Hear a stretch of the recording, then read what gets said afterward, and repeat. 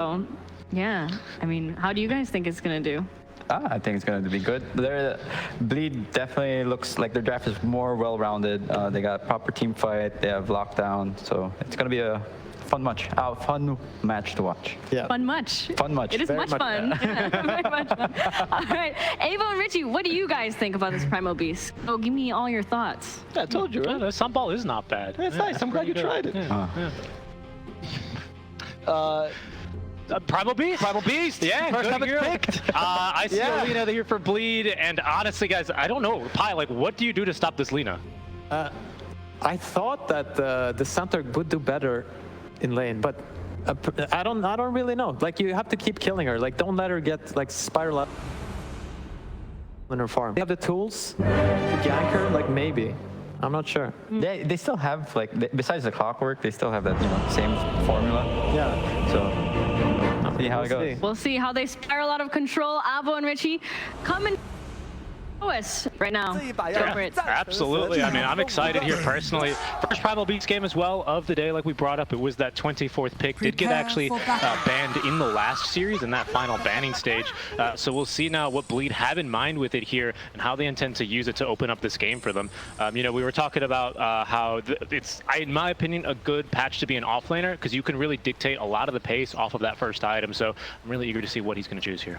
Yeah, I can't wait to see what's happening in-game so we can see what the boss is cooking for this game. Actually, Corden is mid, pardon me. Yeah, Corden is mid on the probably, sorry. Yeah, I'm kind of interested as well. I thought with the offlaner comment we could talk about Centaur as well. I think last game he was super impactful, Cuckoo, one of his best heroes. I think this game he once again does a tough job. Perhaps tougher. They replaced the Clockwork for the Tiny, but I do feel like Tiny is harder to execute, especially as a mid laner. Because that hard play of I'm going to go in, sack myself, it's fine guys, don't worry. Carl can't quite do that as well. 30 or seconds not as effectively because you're losing your one of your biggest cores. Yeah, it's also 2 games in a row, right, for the Raven NP. He's already kind of on this gotta go fast mode. They've kind of given themselves a somewhat similar draft, some more high nuke damage, some decent setup, and some more repositioning here, although they have kind of changed the cast. I think it's similar, like an overture, right, basically to last game. The push is still looking really good. Lanes are also strong. So I wonder if Blacklist are going to look to go and try and go for a similar timing, or if the Primal and Mars maybe duo timing here is going to maybe force a little bit of a later game situation where the Lina can have a bit more of an impact. Right, exactly. And we can also see that the strength of the MP Lina match, because I think you can really tell that Blacklist Rivalry believes that MP to some degree deals with Lina. But we've seen in late game situations, not really the case. So what other tools, what other things do they see? It's not just the gotta go fast, right? The positioning was really well utilized last game. Perhaps we can see more of how Raven can deal with this nuisance of a hero. Because once again, she's the crux of the question. That's actually what I was pretty curious to ask Pi, especially because he plays a lot of support, of course, still in the region. And so I figure he knows what to pick as a support to deal with this hero for the first 20 minutes. Clockwork, it's good enough, right? Enables your team to kill her. After that, a core simply needs to step up and do the job. She just gets way too strong. So I'm really curious as to how this solution will work, and if NP's solution is simply just out-farm her and then be stronger than her in those first 25-30 minutes of the game. I mean, that is usually, when you ask 2 different positions, that's what you get, right? Oh, yeah. The support will be like, if you make this rotation at 15 minutes, we put wards here, we can stop her farm, and Carrie's like, if I just have more gold. Guys, it's so easy. I just need more gold than the enemy. I mean, let's be honest. I'm a support player as well. I think it's copium if you think you're countering these strong heroes like the Linas with supports. Mostly it's the cores. It's copium. I'm sorry, guys. I don't know, man. I think the supports have a lot to do with it. In the early game. By now, Pi would have died at least 15 times. That's true. He would have created so much space for his team that Lina would be out of the game already. Perhaps. Well, for now, is taking a bit of damage, but again, has Dubu on the bodyguard role this time. They did send Dubu off last time on the Chen. I don't think it really impacted his game. It was a really hard Chen game, pretty much no matter what. So I'm eager to see him on a hero that is going to have impacts, basically, regardless of how terrible his lane is. Hookshot's just so darn good. But on the other hand, I would say Blacklist Rivalry also has maybe a stronger lane with the Skywrath. Super powerful early. Has more synergy with Centaur because now you have slow stuns as opposed to just stun after stun after stun, right? Right. And one slow that's guaranteed as well on the concussive shot, as opposed to that bushwhack that didn't really hit in the early game. Very much a lane that's like, I'm going to harass you from range, but if you start running at me, I just need to run away. Yeah, Tim's is very scared. 0 base armor on this hero, dies very quickly to the right-click damage. So Dubu just doing his best to at least stop Tim's from harassing his carry Jackie too much. Surprisingly decent base HP for Mint Hero though on the Skywrath Mage, which means that the Battery Assault is not that big a nuisance itself, which is why this matchup is usually pretty decent for Skywrath Mage. And the move speed. Dubu has, I don't know if this is normal build, it could be, I wouldn't be too surprised, but the Windlace for him, perhaps in an effort to make up a little bit of the difference of that move speed off the bats. It's hopeful if you're going to kill Bosku like that, back off and save the mana on the Battery Assaults. Have you noticed that this time, last time Cuckoo went for level 1 Hope Stomp, level 2 Retaliate, this time it's level 2 Double Edge. Oh, very so he expects a chance to kill him, right? That's why you build a Double Edge. Lane? I'm not sure actually how Corden ended up on this side of the river, but it likely was a toss back. And Corden's going to be sent back into the river, but he'll be A-okay with the water runes. Carl even asking for the high five. In the top lane, I'll see a little bit of aggression from Monsters, but it's done. We got 1 point Nature's Grasp already for AU. That's the 1 point you get for the slow. And then you start maxing. What do you think? Leech Seed or Living Armor this game? I reckon you want to go Living Armor. Well, it's very good. Yeah. Really very good. They lack damage early. Yeah, I mean, it's a lot of magic damage early as well, I feel, between Fade Bolts early and the Mars Arena combo. A bit of burst physical as well, but still the armor's going to help a lot with that, and the heals over time. Yeah. I mean, Onslaught is physical as well, right? So there's that consideration of both. We have a couple physical spells, God's Rebuke, Onslaught. It's also this kind of funny thing where, like, you look at Bleed and their push is not really that amazing, to be honest. There's First Blood down bottom. I'm interested in what Corden is doing up top here. Yeah, it is really early, isn't it? 4 minutes. So he onslaughted for the rune, right? And he wanted that bounty, and he got that bounty, and now he... I don't know. It was interesting the path he took, as opposed to just going back mid. Maybe he was hoping to interrupt the pull or something like that, or a stack, and that could have ended up being a kill for him. Yep. Regardless, this lane is working pretty poorly. It's kind of a cool move, because he doesn't really, like, he pushed the wave before he left, because he's primal, so he just tramples on them, and then he just runs away and refills his bottle and puts himself in position to make a play. Yep. It's wise. I think that'll pay off. Maybe not every single time in a game or against teams of this caliber, but it'll work occasionally. Yeah, as you mentioned, it's common primal gameplay. The weird part was still going all the way to the lane as opposed to going back, right? The onslaught is such a ridiculous range that securing those bounty runes becomes quite easy for you. It's a pretty, like, potentially kill heavy lane as well. You know, lift into a spear back into Fade Bolt. It's like not unrealistic for them to try. So I could definitely see it. Bottom Bosku is going on it, but he has Retaliate level 2, so Lina no longer can just hit him for free. Dire have just scanned the Radiant's tier 4 towers. No one back there yet, boys. Really? Maybe they were expecting Corden, or maybe that was actually a scan on purpose. Raven is just being mushed right now. Mowed down? Mowed down? I would go for. I was gonna like mushy peas. I suppose. Is that a thing? Can you mush something? He didn't. Usually when you mush, it's when you say to the Alaskan dogs, pulling your dog sled. No, I thought it was what you did when you like really want to make potato. What are they called? Mashed potatoes. Mashed potatoes. Oh, that's potatoes. Jeez, oh, that's the word I was. Oh my goodness. English is not my first language. I apologize for that. Anyway, he didn't die, so it's all good. There was no need to really. That. And actually, you take a look at Raven, he's kind of getting mushed in this lane, isn't he? He really is. Poor Raven is not succeeding as much as last game. I think he has a much stronger laning opponent here in the Mars though. And in the mid game, I question how strong the end can be, because you're gonna have to put yourself very close to heroes if you want to keep hitting them through the arena, right? Right. To not get like separated from the target you're going for. Oh, bottom. They're making an effort here. No. I'm just gonna TP away and give the healing pot immediately to Jackie. Yeah, I think what's kind of annoying if you're AU this game is you're kind of just waiting for him to start ganking and leaving, you know, because you're a tree. You're like one of the best heroes to just sit back, soak experience, and get a little bit of items. Maybe get a faster Force Staff. Once again, we need some of those against this clockwork. So eager to see how that works out for him. Oh, once again trying to utilize the fact that Corden is playing aggressively to do the toss back. He put it in the top lane. We're going to see a little bit of a fight. AU. Oh, he did very boldly Nature's Grasp before he TP'd.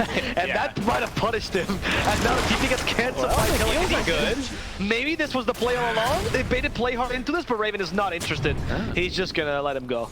It's an interesting play by AU. He's baited by everyone. Baited the TP because he saw the Centaur Hoop Stomp come out. And then the telekinesis was still ready at the same time.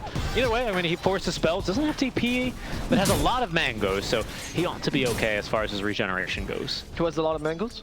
AU, the tree. Oh, okay, Radiant's okay. top Yeah, tower it's true. is That's a under lot of attack. angles, that's right. Yeah, he had a second stack, I think, actually. I saw 2 when he, at some stage of this game. This is a real support. He knows eventually he's going to have to just soak XP in the lane and not move, which is what Treants tend to do. So he's trying to have as much impact as possible early. Well, where he do is you- maxing leech here as well. Where do you think Techies is taking all those mangoes in the cart? Soros, he has been body blocked by the Treants. That's pretty good, but unfortunately they realize it is still a Mars, so they can't quite kill him. And Gordon's here. Gordon is here, and this time they should look to finish off AU, and they even come with Gordon's ultimate. That Pulverize will finish off AU. Very nicely done. This time ganking, of course, with level 6. Big power spike here. Sets up Masaros to get a little bit more mana regeneration. Actually went for the Arcanes early here. And with this Ring of Health, he'll get the solo wave, and he'll get level 6 relatively quickly. So they can really look to try and give the boot to NP in this lane quite soon. This mid lane, though, 8-minute rune is scooped up by Dubu, who is going to avoid the enemy support on his way back to lane. Okay. Dubu, who, even though his lane hasn't gotten, they haven't gotten any kills, which Corvin ideally wants against the Skyreth Mage, they also have lost by too much. However, Cuckoo has now gone for the full Vanguard, and this is the same rotation we saw in game number 1, except this doesn't come with a kill. They've learned. Middle lane, though, is where the kill's going to happen, is against Carl, the enemy mid laner. That's what they're trying to do. No more Pulverize here, but we still have the Light Striker Ray stun for Carl. One last Avalanche, Gordon avoids it. His body is very big, but Carl manages to just wave right through him, and Carl gets away, and it's bottom lane we're seeing the action now, as poor Dubu has a double damage, but he can't really hit the centaur. Cuckoo just cannot get the hook stuff off. Raven now tries to finish off Dubu, but in the trees he goes, and silence up the Mars, making sure they can't stop Raven's TP. Still no hook stop for Bosku. Very, very frustrated. He lost all his mana. He can no longer lift his feet. This man has had a real struggle bus of a fight here. Yeah, that was a pretty interesting experience all around, as I would say.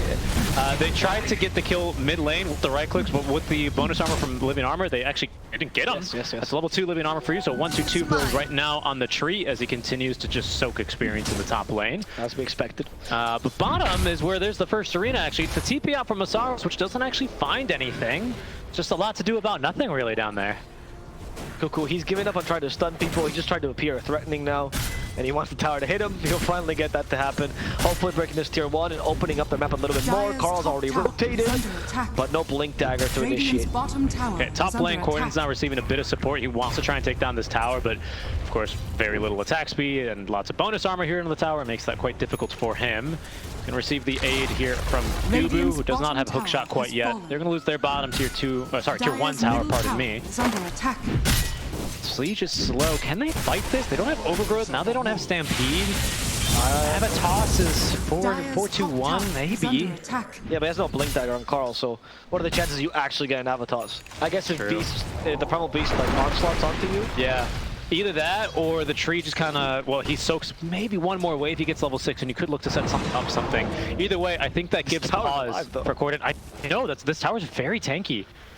So that's what I was going to get into earlier was, you know, these kinds of games where, is this a good Living Armor game? And it's like, their push is so bad, why would I bother with it? But like, their push is so bad, you can make this very... Corden's been up here for a minute and a half, doing almost negative work to this tier 1 tower. And Corden's 20, right? His attention span is very low. There's no way he's going to forget about this tower very soon. Yeah, he's going to watch a TikTok or something, and then he'll go mid instead or something like that. Exactly. He is dying to get up his chair. Wagon's dead. And the tower's still alive. The tower's still alive. And look, they're connecting with the smoke. This is actually genius. Look, they're making plays. They are making plays. They might find Corden. Oh, his attention. He's gotten. He's trying to go elsewhere, but he can't. He's being punished for this as Dubu now in trouble. They hit him with a just grab. Also the Mystic Player. Dubu tanks a fair amount of it. They're considering the overgrowth, but they know it's not needed. They can just toss the bird and kill the clockwork. Okay, there's another Stampede down bottom once again. This time they will pen him in. Masaros aided with the Laguna Blade on from Jackie. They pick up the kill onto Bosku. I'm getting a feeling of deja vu, Richie. I feel this is the exact same thing happened last game with Cuckoo. It's kind of weird. Like his team gank stop and he's like, let's go, push bottom, force their TPs once again. Yeah. This gives space to your NP. I don't know what to say. I think there's like a play to be made there, and there's an excuse if you manage to Stampede away and still waste the arena.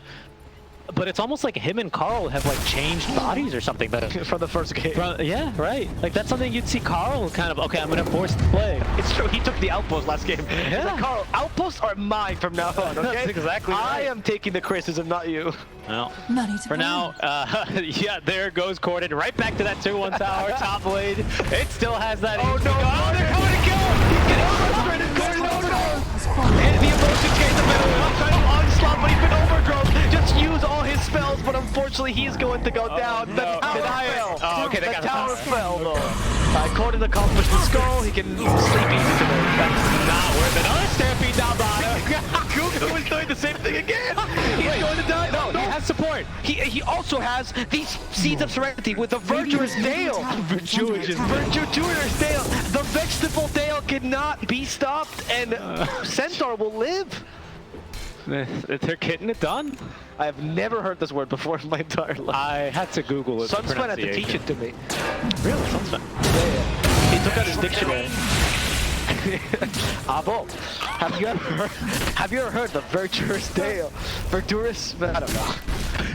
Do you actually? He asked me. What do you know the active name for Seeds of Serenity? Yeah. Well, And that when you actually meet Sunspan, that's what he. that's the first Anytime thing you he ask asks you. him a question, he goes, me first. And then out from nowhere, it's like, did you know the Virtuous Dale was voiced by Jesus? It's very difficult to have a conversation with those two people. I think Kuku's gonna chill for now. He wants Blink Dagger first. He was desperately found in his Blink. I think Corden's got to chill as well. He's had a bit of a frustrating game too. I think it's understandable why he says, I'm going to do this thing, and he just kind of keeps I get it. banging his head against the wall there, unfortunately. But now finally we're going to get to see some action here as both teams are gearing up for a smoke. There's a Blink Dagger on this Tiny, however. I want to say balls here in the Blacklist rivalry court as far as the initiation. Yes, but will Bleed be the one to throw balls to the wall and go against the Centaur? We're going to have to find out. Masaros with Blink as well on this Mars. This is a difficult tower to dive, especially with a Centaur. One of the better heroes of counter-initiating. And Radiant's oh my god, wait, Blacklist. There's a wraparound? They're going for another wraparound here, but they might try and jump Cuckoo soon because he already used the Hood of Defiance. Careful though, the lead. Carl wants Rubik here. Okay, they discover the smoke. Maybe Corden's better target, but he's a little bit too tanky. Carl gets away. Tims, though, is going to TP in the middle of this. He did silence him, but the pulverize, nothing. The silence saved him, and now Masaros is forced to use the Arena of Blood, walking out of his own arena. He hasn't used it defensively, just wants to get away. Ayuna help with the Stampede. Bosco going here for Masaros. We couldn't get the Overgrowth off. Unfortunately, the Overgrowth, sorry, the Pulverize now used on Bosco as it kills Masaru. And they will finish off Carl in the middle of this fight. Corden now getting the revenge he was looking for. Onslaught in 5 seconds. The battery's all on top of this. He cannot save his offlaner at this rate. But he does get a nice Mystic Flare to do, so at least he gets a kill for this. And they silence the Primal Beast. He couldn't get the trample off. He's going to try to auto-attack Bosco, but Bosco gets the Primal. There's the hoof stomp away. Now Raven might just die for this. Bosco's coming back, but he knows he can't save his teammate. He might just die as a result. And Corden is thinking about it. Goes for the onslaught. On top of that, the Pulverize. But the Hood is saving him. They can't get the hoof stomp off in time. Corden will decide to TP. He knows when enough is enough. Bosco will not die today. I feel like game 1 and 2, we saw some really strict and disciplined Dota. And game 3, it's like, I don't know what's going on, but it's like just all over the place. I think Blacklist rivalry thinks they've queued into a pub. And they're not really sure. It's like, oh guys, why is this team so good? I could say the same about Bleed though. I mean, that's the thing. It's and you know, I'm not complaining. It's fun to watch. Yeah. You know, that was a fight where teams were behind each other's tier 1 towers for 30 seconds in that 90-second fight at 15 minutes into the game, and both tier 1 towers are still up. Yeah. Probably much to the annoyance of Corden. Poor Corden is actually having a fit right now. He's talking to his teammates. Guys, Not done. We're fighting more. Dubu, he's been found. Okay, a little more damage. We don't have enough mana for Mystic Flare though, but we do have enough mana for a toss. No, that's not enough damage. No outbound, so he saves him. Dubu's thinking about the hook shot. He thought about doing that offensively. You saw the animation, Richie. I think I like Dubu. He was the only one that I've seen play a little bit more safely this game. Yeah. And now he's done.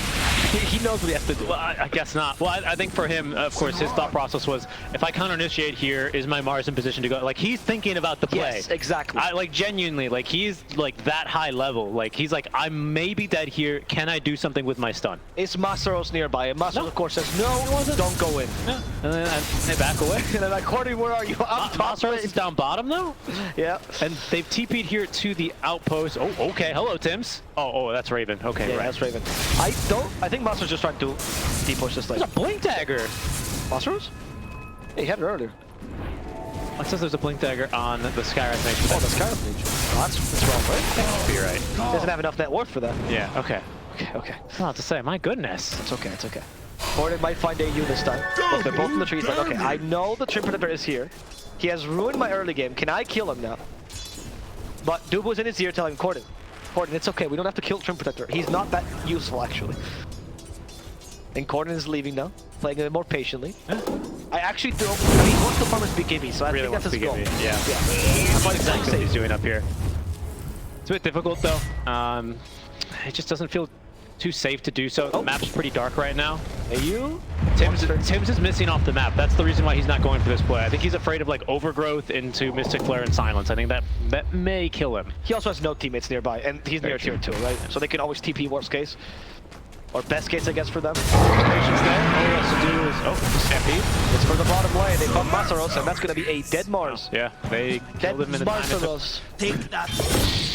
Killed him in the time it took Raven to TP in. He even canceled the TP. Okay, I think the kill on Mars is a pretty big deal, though, because even though Primal Beast technically is your initiator, he's still waiting on the BKB. Now they have nothing to play around. He has Arena off cooldown. BKB now as well for Corden. He's finally found the space and time to farm it. That's why he wanted this tier 1 tower so bad, is because this is kind of the space he needs to farm this item.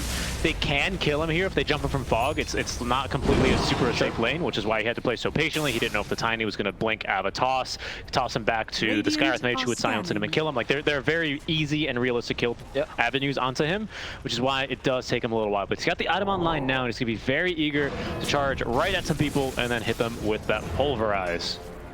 Yeah, with that BKB, like I said, that he's finally enabled. What are options now for Blacklist Rivalry to deal with that Pulverize instead? I guess you overgrowth in the middle of that, hope that you're far away now. The overgrowth solution really is the only one. I guess Stampede and just outrun him. That's maybe, that might do it actually. You're pretty fast when you onslaught in though, aren't you?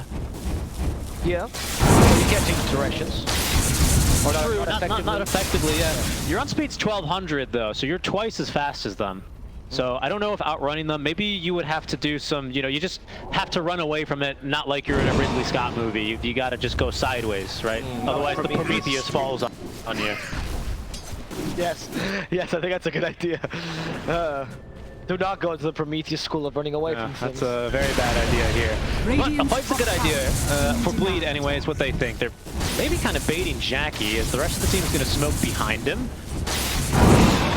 I think maybe thinking that surely there must be something up there besides the Trim Protector, who's been living in this top lane rent-free. But AU actually TP's middle. They're ready to fight themselves because they have an overgrowth here. He tries to de-ward, but he is a Trim Protector, so this is taking forever. Yeah, this is painful. So Bosku comes and helps him. Nice steal there on the Nature's Grasp. Pretty annoying spell to steal. Yeah. Especially when you can't really tell whose is whose. That's a very good point. Yeah. Does Rubik have a green thing for it? I actually have no idea. I imagine he might, but I can't be certain. Well, oh, no, it doesn't look like it. We can see his now. It'd be funny if he just glowed green, but it was the same green hue. It just glowed. I guess so. It's also annoying because the Rubik cast point is very fast. So that's usually one of the issues. It looks like Treant's, he's got some Immortal for it by the looks of things. I think his is glowing. He's got some After Effects or something like that. So they should be able to tell them apart, actually. But still, it does cause confusion for the first couple seconds in the fight when you first get it cast. We'll see if that ends up playing into anything. Likely not, because they have Stampede, which is going to just allow them to run through it anyway. To me, they're both green, so I really cannot tell. It's one of the hardest colors to actually differentiate from other colors. Did you know that? Green specifically. Very similar to red and brown. Yes. Well, they're all the same, basically, right? They are all the same. It's a conspiracy. It's okay. We're probably seeing some Force Stats, by the way, for changes in the name of the game for a while. Yes. They are coming out on Blacklist, though. It's going to be Skywrath Mage first. See a smoke as Oh, well. Rubik has one too, actually. Blink Pipe on Bosku, and he is right in the firing line right now for the smoke. But no, actually, Bleed Esports are going to take the long way around because they see a Treant Protector, want to chop him down. Yeah, middle though. There's Doom in the process. It's going to be 5 for 5. It seems.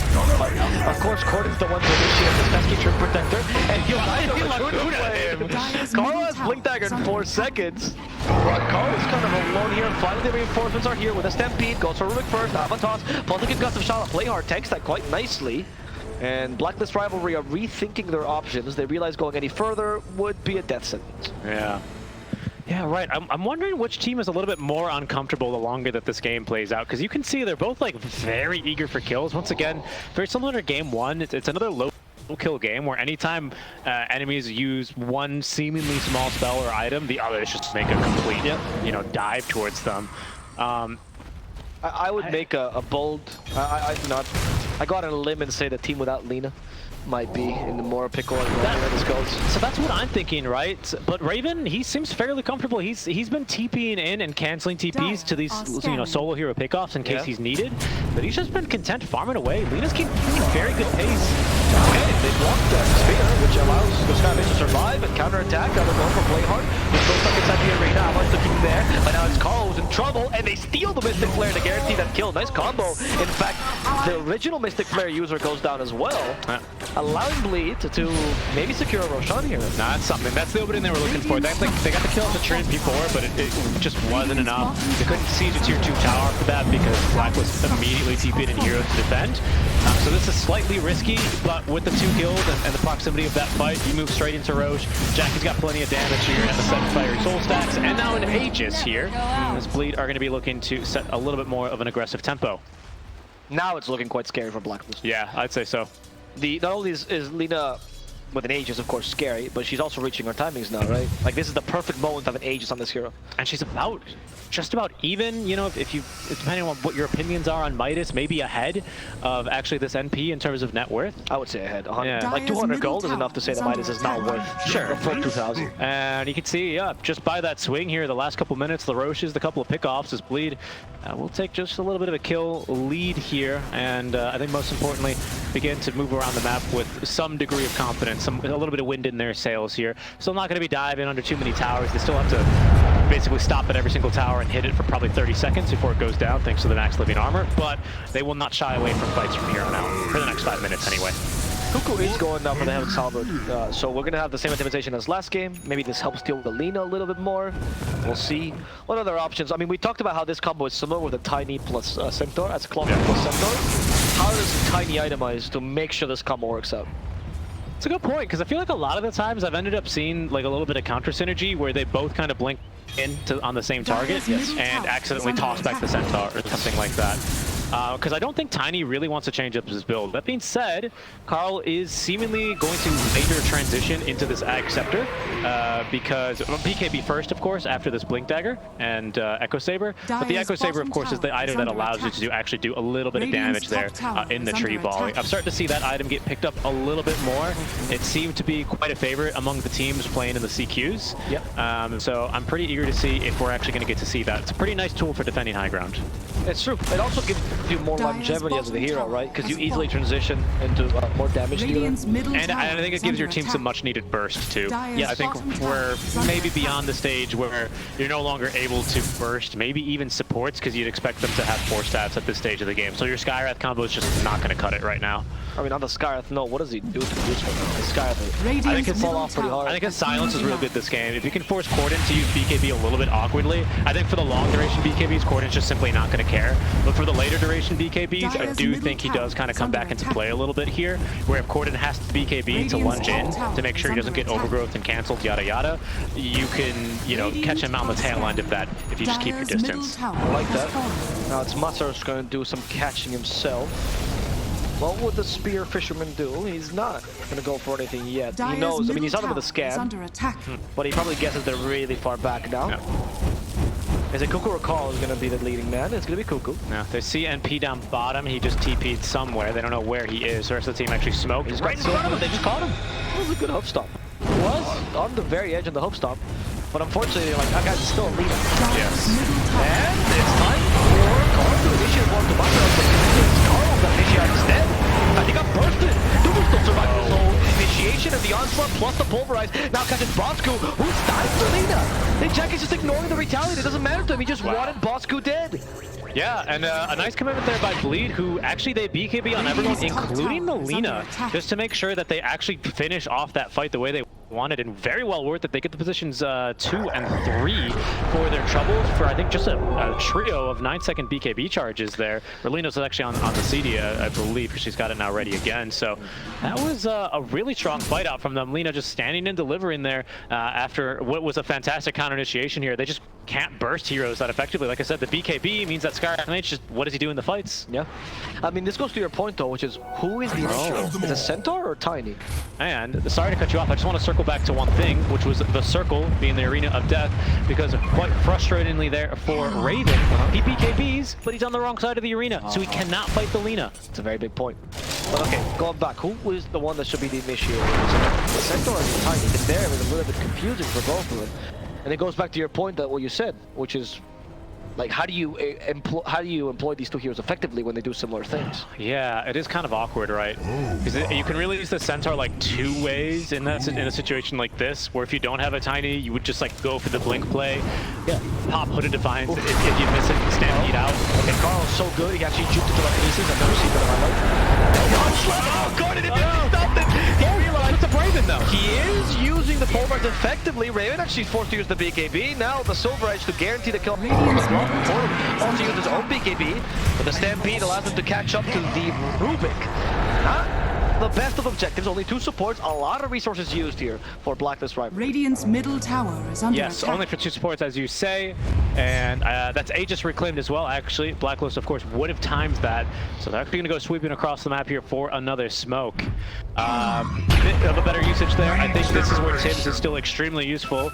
Masaros has BKB though, so it's really frustrating. They got a little bit of a better initiation. They could seriously threaten his life here. Maybe they still will. Cancel it for the overthrow. Oh my god, the damage? Okay, Raven, he's got himself that Silver Edge. I forgot about that. I saw him break the clockwork last time in that last little skirmish, but that casual crit now, and he's doing some real damage here. Jackie's sitting nearby. Hey. Oh my god, Cuckoo's crazy going for the Clocker Dome. Not the target, he was hoping to hit Gordon instead. So Carl goes to the lead instead. Jackie actually the BKB, fights back. And with the pole rise, they can protect Jackie, making sure that Carl does die. The rest of Blacklist rivalry struggles to get in because that Blink Dagger on Centaur was already spent in the beginning. Okay, so I think actually that was a really cool fight. It didn't really go according to plan, unfortunately, for Blacklist, because Bleed were hiding too many heroes in the trees. Yeah. But I actually think that's what they want to do. They want to send either the Tiny or the Centaur in first, and then when the Lina shows, like, you bait her. You need to, because she was hiding in that fight, I think for good reason. Still gets off the BKB in time, but you're starting to really whittle down this BKB duration, and that's, I think, where, once again, your supports actually come into play a little bit more. Don't you think Raven, though, needs to play that third initiator where he TPs really aggressively near the Lina to ensure that that Carl initiation is just not destroyed like that? I think so, because I think that's like, having like a third line of assault like that, I think kind of really messes with you, like, on a mental level. Like, not even gonna lie. Like, imagine like, oh no, my mid laner got jumped. They're on top of the Lina. They're sending 2 heroes to the Lina. Quick, do something. Like, that must cause chaos in comms, as you can see. Of course, Tim's having a hard time finding anyone now with the Mystic Flares. Yeah. I mean, Tim's is starting to realize, guys, am I just a silence? Yes. Oh, you're a very good silence, though. Ancient Seal is really annoying. Tim's from the best Earth Spirit in SCA to just a glorified Orchid. Radiant pretty much. are fortified. He is going for the A on this, so he's hoping to be a bit more of a distraction. I think that's a nice idea. Catch Cuckoo. On top of the pulverize, ready. BKB to make sure it can't be cancelled. A Centaur stuck in the cogs. They even spear him back, but Cuckoo just uses this to get away. He's stampede already, and it's been stolen. I don't think he can get away. He won't. The Lina's now finally getting it. Now, he caught 3. He has an incredible arena, but they all have BKB. Raven is immediately TPing. He knows it's not his fight to take. And they're going to sacrifice here for EU. As Carl is at least able to get away. Do it with flair. I don't know if I should have mentioned Tim's. Tim's might have been there. He might have not. I couldn't have told. Yeah. Does it make a difference? Yeah, it's hard to say. It feels like he can just use his force staff to get a little bit farther away from the fights, and then shoots a concussive shot only for it to get ignored by BKB. He's having a real tough game here. Nice teammate. And he's sending the roast timings to his... He's all chatted. He's just sorry. I mean, he did used to play with Jackie's, obviously. Yeah. Obviously, they still have a good That was very clearly just a little mistake. Not to worry. I'm sure Bleed as well. I'm surprised they didn't type him right back. But in any case, that's going to be the Roche timing. And of course, that just goes to show you, all these teams are just actively thinking of Roche, right? The new Aegis expired 3 minutes ago, so we can see on our timer, it's a long one. They don't know that, but they pinged and all chatted the minimum and the max window. So now they both know. So now everyone knows, including you, the viewer, but we know exactly when that'll be. It'll be closer, much closer actually, to that later window. It's a long Roche, still a minute and a half to go. This game's all over the place, though. It just feels like Flare's here. Whoever's getting these initiations right, and it feels like every single time they do meet up for a skirmish, there's always a different item. Now AU has a Blink Dagger. There's make that a Heaven's Halberd online for Bosku. So all of a sudden you want to change his initiation because ideally he's able to close the gap to the Lina. Like, no, I'm with you on the other idea, actually. I like the Bosku going in. Oh, look at me, I'm a centaur! And then he heads out into Lina, survives, and Carl goes in second. Well, Masos can just initiate, missed the spear, BKB though, and in comes the help from Gordon. A lot of interesting team play happening right now. Finally, Carl, at the end of the BKB, comes in with an avalanche, and there's going to be their initiation, hitting both of these big, beefy heroes and reducing them to dust, as they also kill off the Clockwork. That's going to be 3 strength heroes down. The Int heroes are able to survive because they're a little bit smarter. But that's a great fight for Blacklist Rivalry. Yeah, that one was good, and that's what I mean when I'm talking about these shorter cooldowns on the BKBs, or the shorter uptimes on BKBs, right? Yes. You could see, Corden, he kind of has to use his BKB to rush on in, but as soon as he does that, he opens himself up to overgrowth, and then he's just sitting there in BKB, and he knows there's a Mystic Flare coming. Yep. It's rather unenjoyable for him to play, and that time, Blacklist are going to get the better. Look at that, we can see the replay. Yeah. Look at Carl's patience in this fight. That was very impressive.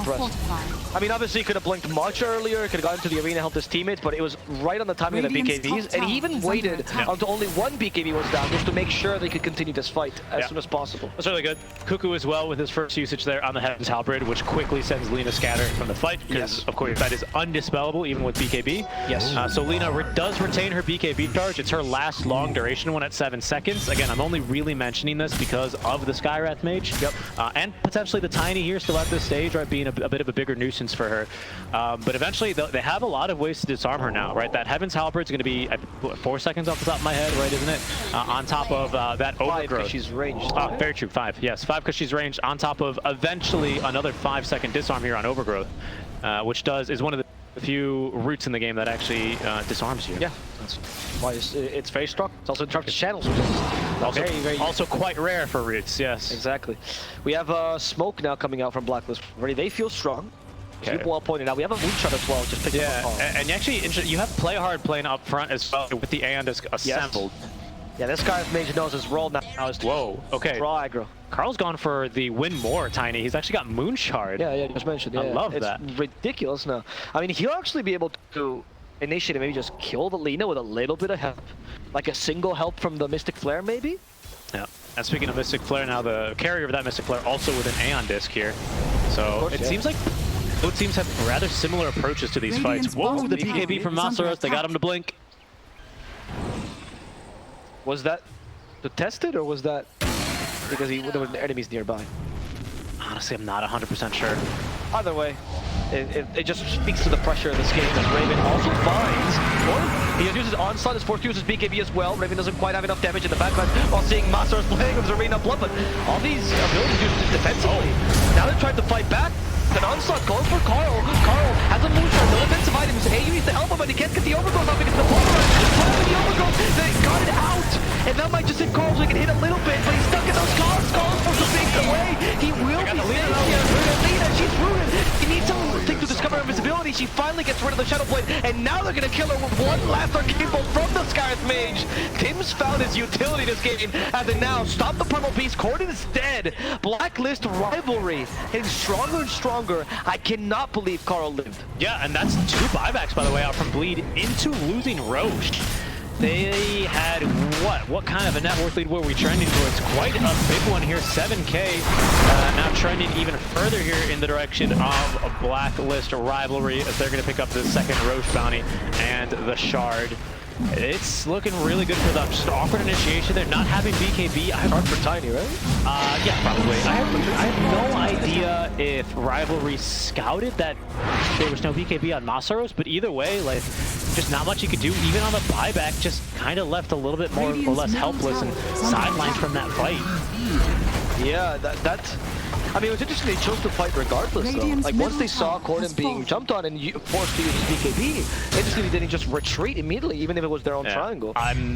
Didn't quite catch the player reaction cameras, but I'm pretty sure AU, by the time he saw neither core had BKB, probably his eyes just, he's so excited. That's his time to finally do things on that Overgrowth. They cannot dispel it. I don't think they have any Lotuses or anything to get rid of Overgrowth. So he all of a sudden, once those BKBs are expended, finds a lot of utility here, even more so, right? Because then they can't dispel it, than Tim's. Tim's, who by the way, does put that Aeon Disc to use. You can see it proc the first time, does tank a couple of spells. Is finally getting some damage back in. Yep. It's this like what do you call it? It's like this parabola, right, for the Skywrath Mage, where at the start of the game he's really annoying, and then at the in the middle you just like are magic immune and have too many dispels, and at the end of the game when he has like Sheepstick and cast range increases and Octarine Core, he's just like the most annoying hero again. It's also annoying because you've learned to ignore him. You've been accustomed to ignoring him for the past like few teams. Right, he's relevant again now. Exactly. Now you're like, oh, someone else I have to consider. He's like the 6th player. He's like Kuroko from Kuroko no Basket, right? He's just really making all the right passes here. Yes, and he is like the shadow man of this team, which is why he's finally coming now with his Aeon Disc online, showing that he has more than just support. Very good. He's also a real teammate. I assume that was another anime reference that has gone just as far over my head as the first. No, you have watched all of Kuroko no Basket with me. You might have been sleeping, but we did watch together. Do not worry. In any case, speaking of Aeon Discs, now one up on Bosku as well. He's got it currently locked in the inventory and ready to go. It's just Aeon Disc gaming here for now. The fight's, you know, again, resting on a precipice here. Really, really finely on the balance. The first game was 4-staff gaming, now down to Aeon Disc gaming, right? But it's been about the save, Richie. Every game is just about how much save can we get for our 2 ranged carries, NP and Lane particularly. Yeah, and I can't wonder if Playhard wants to consider the Ag shard as well here on the Rubik. That's a really good idea, actually. He's buying it. Yeah, he's got the 4-staff already, and he also stole the Overgrowth. Would like to see him. Yeah, he's got. Oh, he did steal Overgrowth. Good scout. He's only got that for not too much longer though, so he'll have to be quick if he wants to put that to use. It's a bit scary though, of course, in the sense he does have an agent. Oh, hello! Over here, Stampede in the top lane trying to catch this Mars, and they will get him. Good effort. Good effort. He even stood in the middle of his arena, where you can't really tell if he's in or out. But he's too big a hero. He is, and he's going to be caught out there. Masaros taking another death as he tries to farm up his way towards the Refresher Orb on the offlane Mars. That's his end game item that he'd like to see. Double, it's not always about the double arena, right? We've talked about this plenty. It's sometimes to me more about the double spear, even just double BKB, that ends up being a little bit more of the useful part. Perhaps against an Nature's Prophet, there's a lot to be said against the range cores in general about the double arena, because then you also block more projectiles, but double spear is usually good enough in the games I've seen. Sure. Sometimes I actually saw it yesterday or 2 days ago in China. China used it for a little blink as well. Sometimes that's just all you need. Yeah. Right? I think this hero is very versatile with the Refresher. And like you said, it's not just a double arena. Obviously, that's the biggest point. But there's many fringe situations where the hero can use it for other spells or other items. Radiant's top tower. There goes Carl now. He's going for the Swift Blink. So all out on this build. Hard to blame him now with 490 base damage. Get that attack speed up. I am sure that Carl with his team had a conversation at one point. He's like, hey, you guys mind if I just build for attack speed? Yeah, go for it, Carl. Kuku's enabling him, a real boss man. He took the leading role as the bait in the team fights, right? Allowing Carl to become a secondary carry. And it's very much like a dual core now, isn't it? Yes. I feel like this is quite a wise idea to keep the Tiny relevant past the 35 and now here as we pass the 40-minute mark as in these fights. Otherwise, it's just like be careful for the mid-Tiny. He might toss you away. That's the biggest threat. I agree. Let's focus on this NP because he's the damage and the big threat. No, this Tiny hits fast, he hits hard, and he's very tanky here. Nearly 40 armor with a Satanic. Yeah. And now what you're afraid of is not tossing you away, but tossing you in place, because you're like, oh my god, he's gonna start hitting me like crazy. I'm gonna take 1,500 damage in the toss duration on top of the magic damage. And wait till he gets the 2 toss charges, which I think is better than the Avalanche this game. Has he gone for... Okay, of course he's gone for the grow bonus. He's got Shard, and with this build that makes... Yes. I do love the other talents. The toss requires no target, but it is much more apt for supports to pick it up than mids, especially with this build. Yeah, I completely agree. Especially with this build, like you said, and now that's why I'm curious about his level 25, because usually the mid team fight Tiny would go for the Avalanche. It generally tends to be a better talent, but if you're going for the burst Tiny, the toss is just to break the courier. He does not, which means Gordon will get his Lotus Orb. I think that is, yeah, it is a Lotus Orb. You know, earlier on in the day, Cap and SVG were doing a bit of trivia with each other about how Magic Amp does amplify Drow's multi-shot, stuff like that. In a similar vein, although it's not quite the same. Sound like Sunsphere should speak land. Yes. Trivia time! Trivia time. This Kion Sange is also really good on Primal for the exact same reason. It's Spell Amp, which amps your magic damage, but it's also a multiplier of your physical damage, which the Sange is really good for on a strength hero. So it kind of does like double duty there here, this kind of item. So it's a good build up here on the Primal. Yeah, and the build that we were seeing a lot in the TI Primal was obviously that blink into the Ags, right? But that's phased out. A little bit more diversity these days on Primal Beasts. And honestly, these heroes are just way too tanky. That bonus damage, although it's significant, it's like 500 usually in the duration of a Pulverize that you just get for free for no mana for some reason. It's just not going to matter. It really makes too big of a difference against these kinds of heroes. It's really Lina or bust right now. Yeah, the break is not a big deal either. You know what your role is this game, just tank. That's why Lotus Orb is not a common item in this hero, but it seems very good by hard. Uh-oh. Deja vu, game 1? No, he blinks away. Bro, what is with this outpost?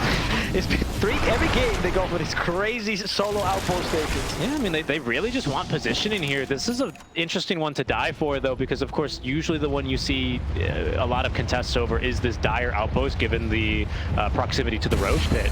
That's why the play game 1 made a little bit more sense here. But this one, I'm glad he got out, because I think that would have been a hard one to explain to the coach. It's also the Filipino players that are doing it. There's nobody from any other nationality has taken the outpost solo. Maybe they sell merienda at the outpost. You think? Shout out to John X. Yes, of course. Yeah, I don't know. He did blink in time, so it's all good. They don't end up losing anyone. No harm, no foul. There is also a new item there. Jackie just went to the secret shop and finished up himself this Eye of Scotty. So now he's got that debuff. I actually really like that quite a bit versus this NP, versus the Centaur. Even that move speed slow can be fairly significant. Rock it on! And it still, of course, it reduces your heals, right? Does it? The what? No, Sorry? no, wrong item. Sorry, ignore me. Scotty does though. Okay. Catches the clockwork, the onslaught as well. Oh, the Ruben Shard comes in clutch. However, this poor Primal Beast went a little bit too far. Used the onslaught to save himself. So that was the Ogre Seal tournament for the second time. Arena comes out for Carl. Oh, a little bit too tanky. They're they have a second arena. Carl wants him in time though with the Avalanche. They might just be able to kill Masters. He's inside the arena and he can go for Carl. For now, he's still alive. He's trying to keep himself safe, and they're gonna catch Gordon instead. They couldn't quite find the Lina. Everyone sacks their life to make sure the Lina can live, but that is gonna come at the cost of everyone else on Bleed's team. It's a disastrous fight, and yet again, for AU, it's as easy as just wait back and, you know, wait the BKBs out and go in for the counter initiation. Bleed now, backs against the wall. Masaro's got in there. He's bought out now for that refresher shard, and you're all of a sudden without a mid barracks. And my goodness, at this breakneck pace, I wouldn't be surprised if Blacklist, they try and force the game. Yeah, this Tiny's absurd. They have to do something here. The low shot, but the Centaur's a hard hero to kill even with a sword edge. Just don't have enough damage to kill off Gugu. He has the Heaven's Halberd. He has the A on this. They know it's only going to trigger Aeon's death, and that's exactly what's going to happen. As Carl keeps the clockwork away, they try to telekinesis him back, but the Force Staff saves him. Gordon in trouble. They hit him with the Avalanche, but Carl does not go for the toss. They have to back up, even though they probably know there's no arena. There's really no use trying to make your way back top and dying over nothing. You've got the buybacks out. You're in a huge advantage. We're in the Roche window right now. Roche could have respawned already. It hasn't. It's another long Roche here. Another 1 minute and 15 seconds. But that has split the game wide open, and it's just Lina who's unable to just stand in place. She really wants to be like the sniper, just A-click the ground, become an autocannon. And the way that rivalry are positioned in these fights, the way how Bleed has been unable to really hit the spear backs that they've really been looking for. I really have to commend Carl there. It looked like he was just running into the spear wall, and to be fair, he was, but he was just moving as far up as he could, as far from Lina as possible, dragging her further and further away. He does his team a great disservice if he actually moves the opposite way or whatever. He just wants to be as close to his team as possible. He does not want to drag that fight anymore, because that'll only help out the Lina. And they used the Satanic to hit the Mars just barely, right? Getting the toss off in the right time. Like, Carl was playing that perfectly. And Cuckoo's another problem because usually Lina, like you said, A-click the ground, you hit the first objective that comes to you. If that's Centaur, it seems like it's no longer a killable target. Yeah, I mean, he's so tanky. Overwhelming Blank, this pipe of Insight, and Havoc. Lina's in an awkward position right now. Cuckoo just ran up to her. There he goes. And look, Cuckoo, he's actually playing in front of 5 heroes. Honestly, he literally is playing in front of 5 heroes. Okay, Master will finally die. They peeked at me. They didn't think he was actually that alone. Nope. Like, They couldn't believe that play. Yeah, they were just a bit too far away, really, for Blacklist to do anything but watch, and that's huge, Avo. Roche is up. Yep. I mean, they've got Outpost still. They've got a tier 2 top, so it's... They have 2 arenas almost there. 10 seconds until the double This is arena. pretty big. Hot lane, though, is going to start being shoved in here by Carl, and of course, you have the Rat Threat. Megas is available for the taking. Tier 3 top tower is already taken down. Yep. So it's just these 2 lanes of barracks. And with the AC, and of course having the summons, MP is going to really rat through these things rather quickly. And he can do so with ease, because he's got that removed teleportation cooldown at level 25. Nice. Very true. Will Blacklist rival try to rival the Jackie is hitting like a machine. This is the Okay, that's the buyback. Quickly. Decision made from Bleed. 100% they discussed that. If he buys back, we get out. That was very clean, very well disciplined. They didn't even send another auto attack. They heard the sound cue and they got the heck out of dodge. Jackie not leaving anything to risk. Although, does have a lot of money in the bank. We'll see what he purchases. But for now, that'll allow Blacklist Rivalry to move into the pit. Maybe they're going to try. There's a hook shot. But oh, wow. Look at Raven with the micro. He knows exactly where this clockwork is, and he's blocking him off with the treants. That was incredible. What a play. Actually, what a play. And also, I love the decision that they waited a little bit to buy back just for the Roche to be low enough that they could actually take it so quickly. Very good, very well calculated by Blacklist Rivalry. What did that Roche come with, by the way? Did you see? I believe it had a refresher shard on it, if I'm not mistaken. Indeed, it does. It's currently sitting on Bosku. It's Roche number 3 here. So that's what, double cheese. Stampede? Double Heaven's Halberd? Well, Heaven's Halberd is not Honestly, it's pretty good. terrible thing, yeah. Okay, he's passed it to someone else, though, and I assume it's the NP. It's not. Double Overgrowth, yes, 100%. Yeah. All right. A lot weighing on AU's shoulders right now. Find this Blink complete on Carl. Carl, go for 50-50 play. I think it's sub-50 play. He's gonna get killed. That's way too quick, Carl. Aegis. That scene is gone, but he might have been issued. It's forcing everything here. Stop Raven. Moving between in and out of the arena. Trying to kill off the leader. Now go for the Mars instead. Master's finally down. There's no arena 2 this time. And the Overseal Drop does not save Gordon. Alina might be surviving, but she's out of mana. She's low on HP. She can't fight back. Her team is dead. Her heart's already broken. She might have survived, but can she even defend this? Not against a Tiny. I think that's it, man. 3 dead with this amount of auto attack damage. There's just no way. First game to go to this come down to this, but Monsters looking to make the difference. BKB active the Ravens. He's got too much. They even catch a Jackie. One last kill to earn them this win. And it seems like Bleed can indeed bleed as they lose against Blacklist Rivalry. The first win for Blacklist, the first match for both teams, and now the 2 new orgs coming into SCA. Blacklist becomes the victor. Blacklist Rivalry becomes the victor. Yeah. Shout outs to them. They played a phenomenal series. The excitement is so